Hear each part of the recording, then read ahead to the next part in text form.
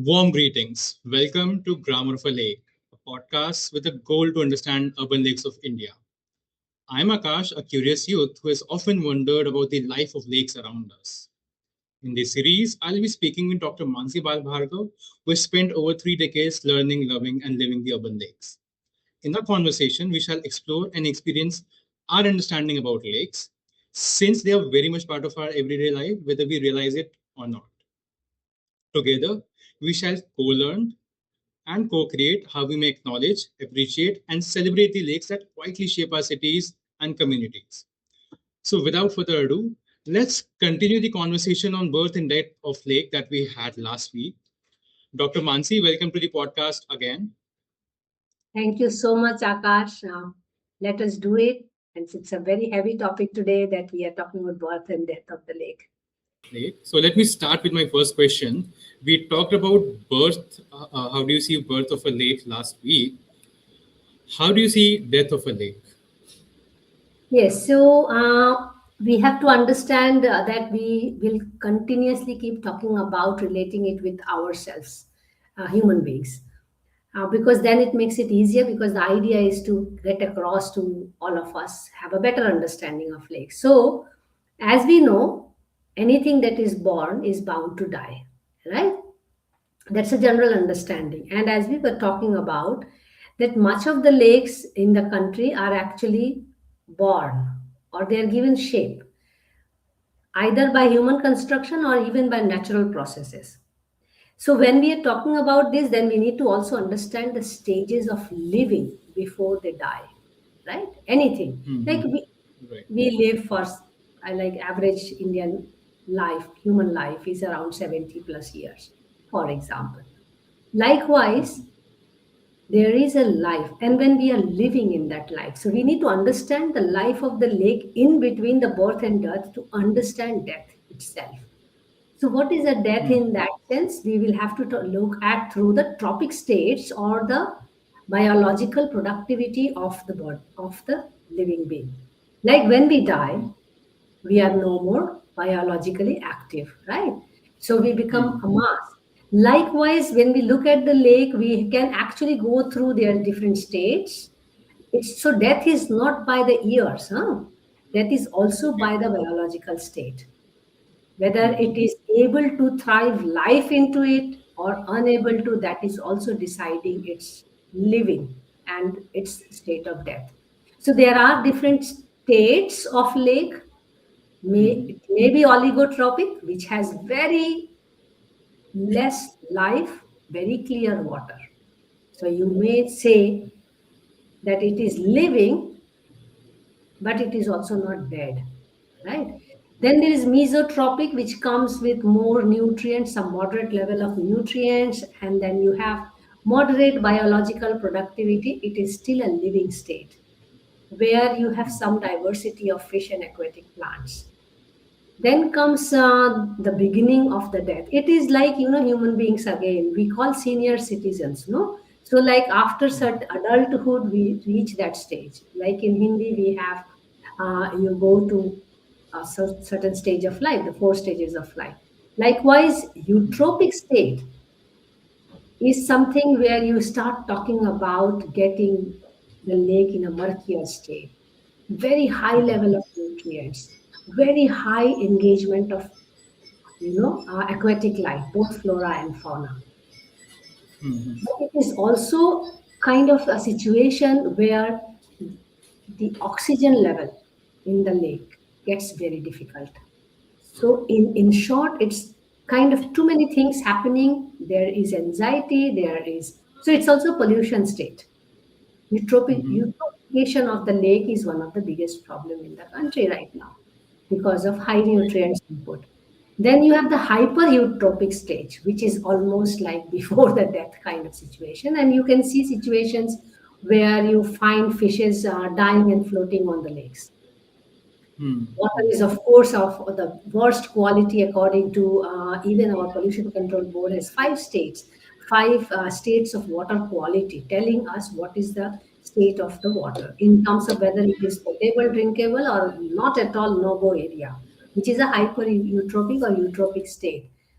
Now, what is important to understand is that one lake may go through all of these stages, or different lakes may have one or two of these stages over time or always. So, a lake may be eutrophic for now last 100 years and still living. Okay. So, when does it die then? That is the question we need to understand.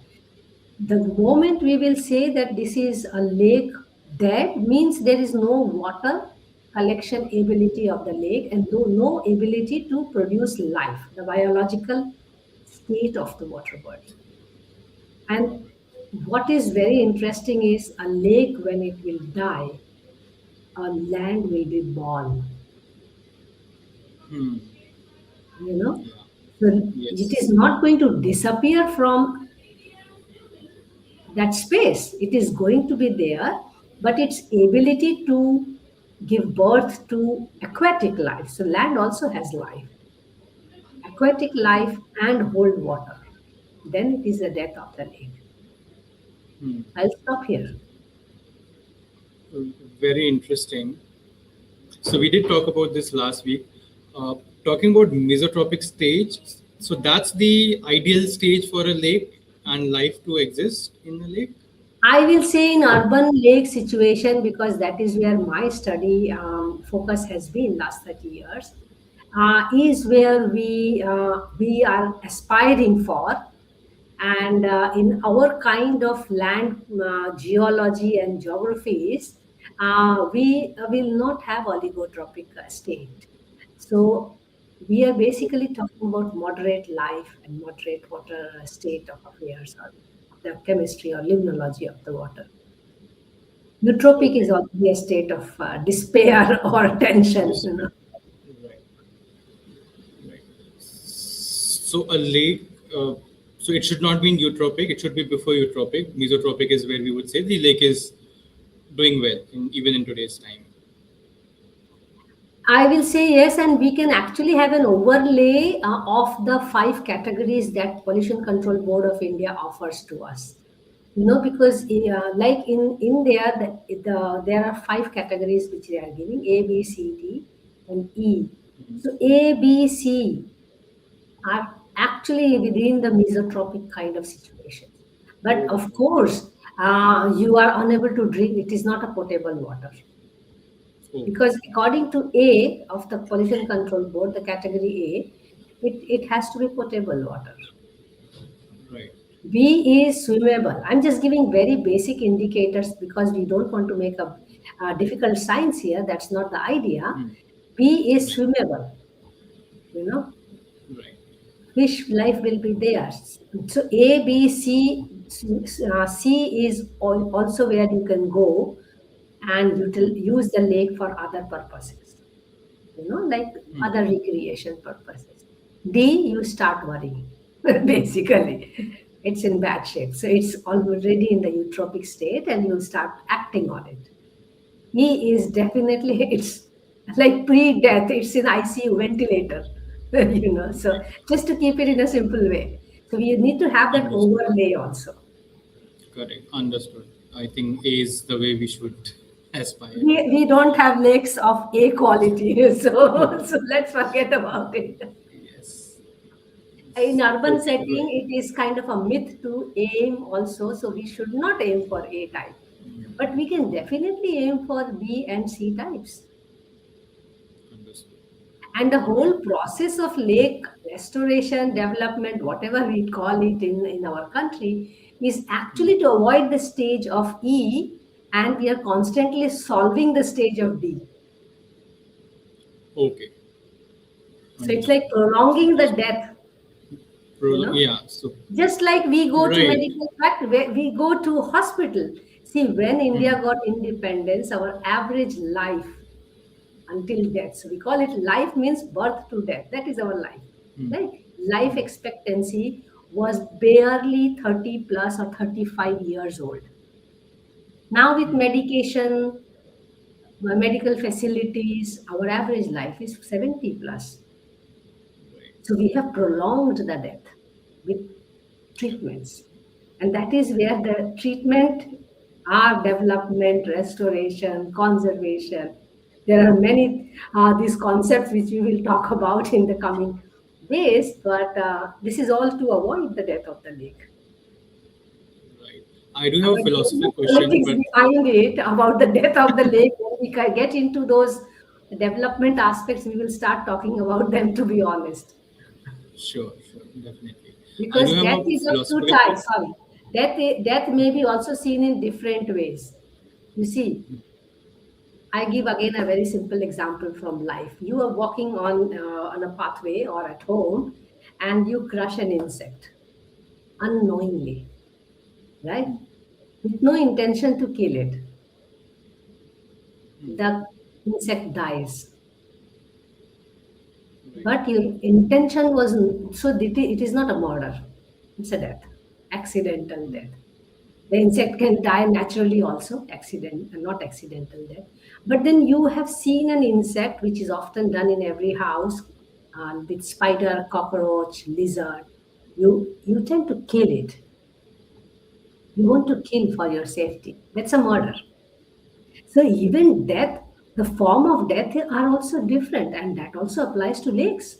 You do lake development, you already murdered the lake. So that is, these are the interesting facts about these water systems. You can so well relate with your own life, and that is, I think, my intention to share with everyone that they are living beings like us. They have to be seen like us, you know. Hmm.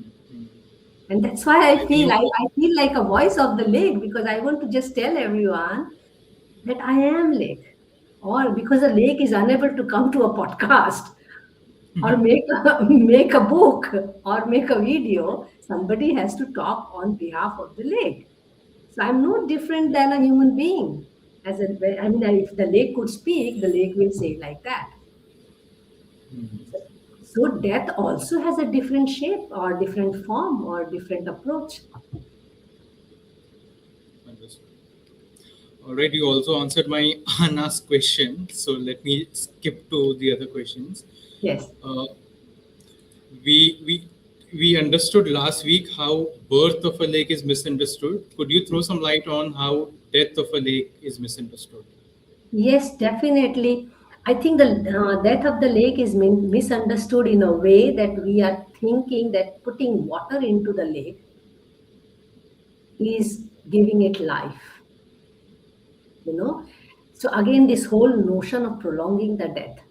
And my point is that having water in the lake does not qualify it to be living because the other component of it is biological productivity.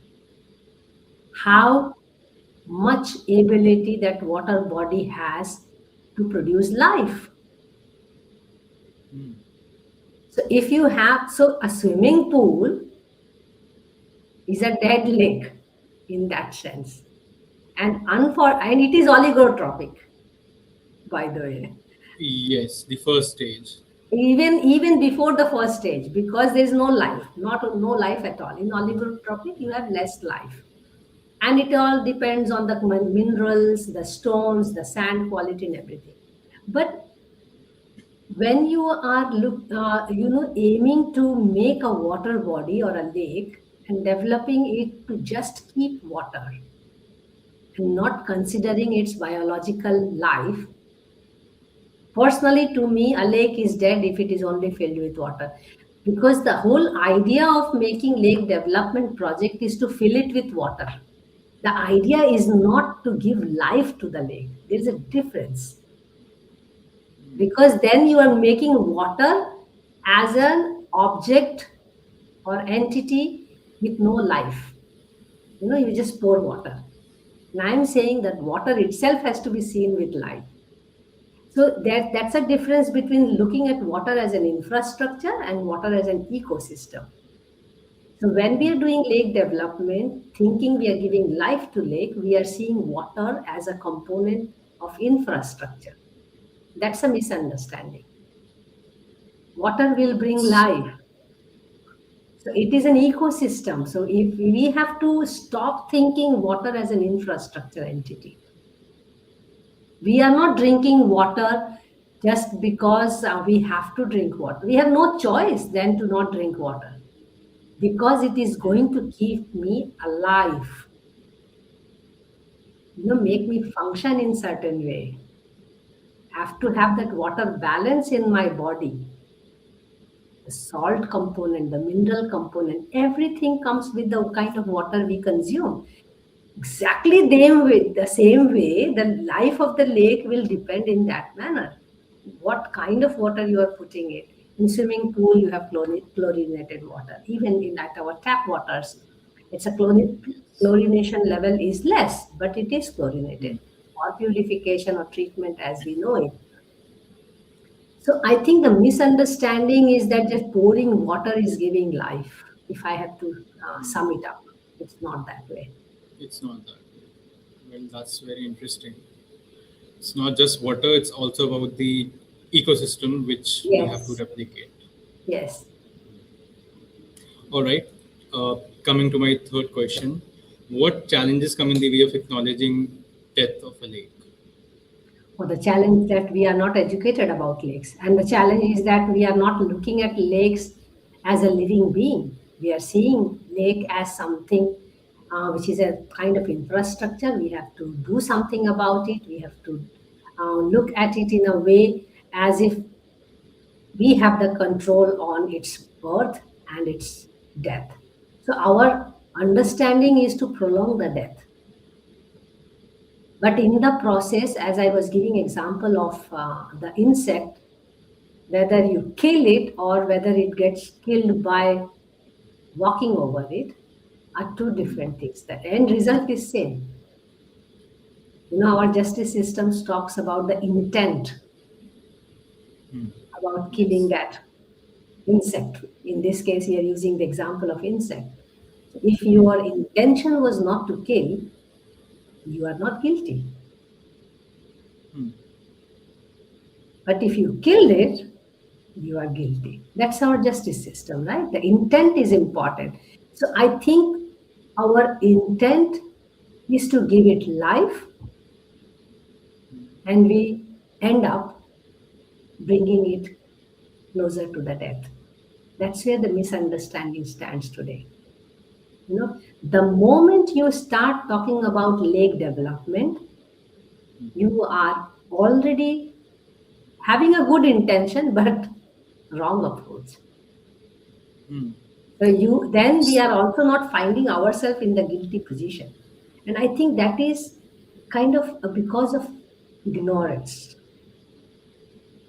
that we are unable to see lake as a living entity, but as an infrastructure.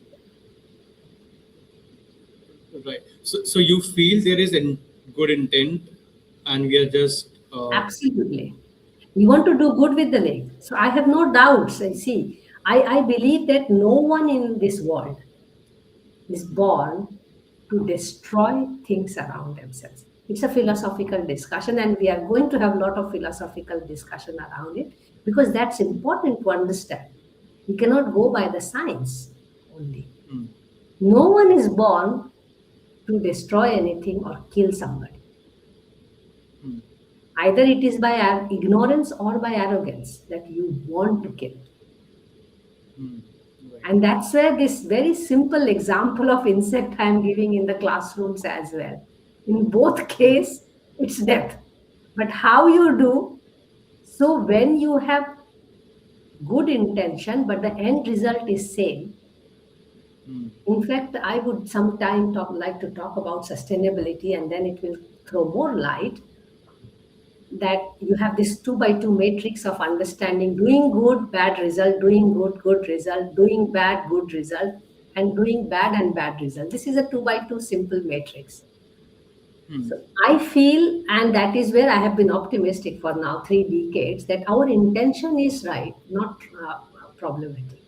Our implementation is the problematic thing. And that is where I am so convinced that with good intention and education, we can change the way we do things with lakes. These are very, interesting. I don't see any reason why we cannot do good implementation with good intention. what. So the I knowledge and cannot, the tools yeah. are quality. Yeah, I cannot imagine 10 people sitting in a boardroom and discussing, let's go and kill this lake. Nobody is doing that. It's just that there is some level of ignorance and there is also some level of arrogance because over the years, if we have lost more than half of the lakes in this country, some may be out of ignorance, some may be the arrogance part because then you have learned the modus operandi. That if you fill the lake, you get the land out of it. Then this arrogance component, then you are crushing that insect, the arrogance component. So it's a slow process, but you learned the art of encroaching the lake and murdering the lake, if we can use that word, or the death of the lake, because you learned over the years that the death of the lake is the birth of the land. So And that's land wrong is intention. valuable. Land has a value, economic value. Lake, Right. until recently, was not assigned an economic value. And I think over 30, 40, 50 years, the local authorities and the developers got to know this modus operandi, how to kill a lake. Initially, it was ignorance. Slowly, it became arrogance. They got to know the process of killing a lake. We just start filling garbage. We start flowing the wastewater into the lake. Over the years, 10, 20 years, 30 years, the lake will die. Now, initially it was done without knowledge, but now it is done intentionally. Right. There's a difference. Interesting. All right, coming to my last question. How can we improve our understanding of death of a lake and what would be a solution to course correct? I think first lesson we all have to accept is that it is a living being. And we should stop seeing it as an infrastructure. And I think this is a good point when I can share a very striking information which many people don't know, even the good intended lake enthusiast people don't know, and environmentalists don't know.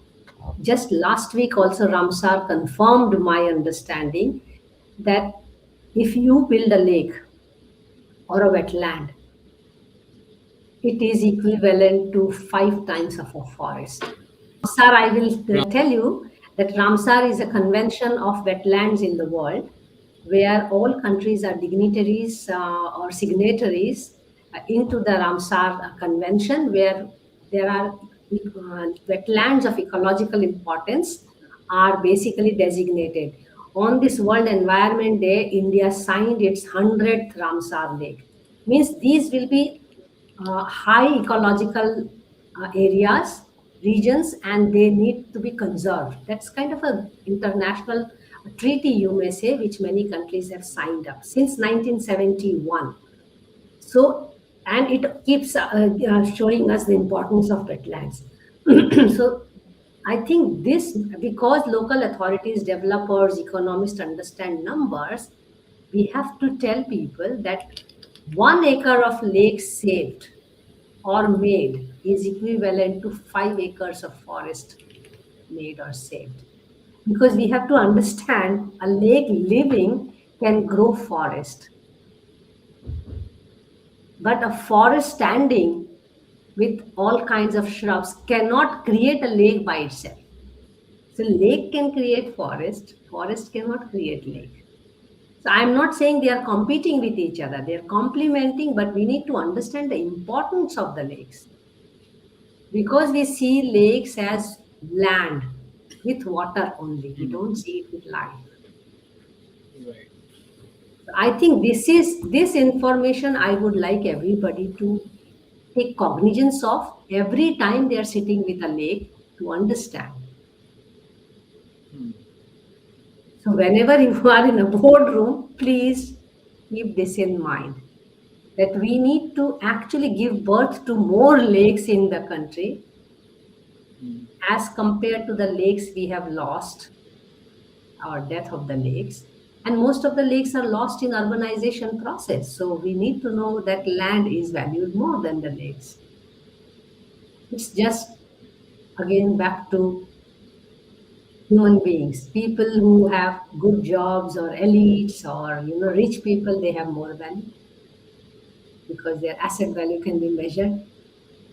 Poor people, they are more sustainably living, they have less resources, they produce more work in terms of human resource, they have less value. And this is where even lake and land are competing with each other, where they have to complement each other.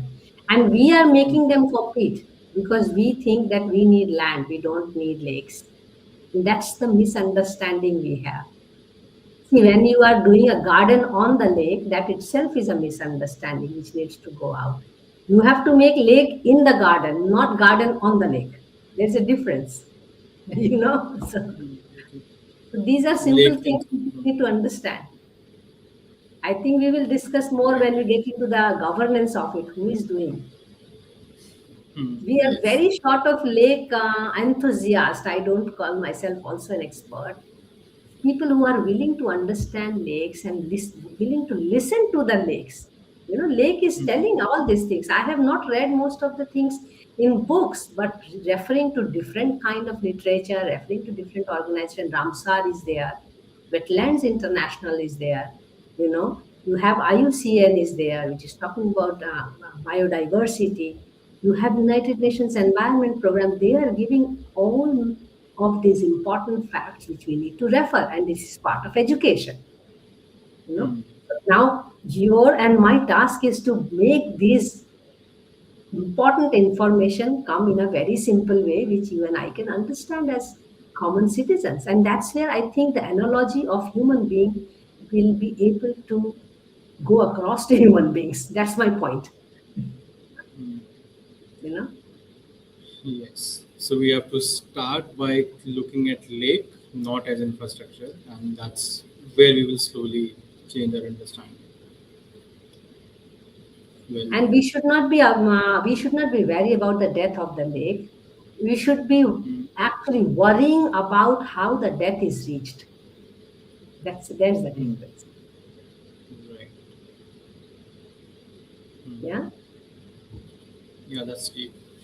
Also, I think you corrected me. I thought Ramsar was a lake, but it's actually Ramsar sites are all over the world. It's a treaty. All over. Yes. Yes. Yeah. So that's again, So I when we stand say corrected. yes, so when we say Ramsar Lake means it is a wetland or lake of very high importance, of regional importance, not local, and it needs to be conserved because India is signatory to Ramsar lakes. So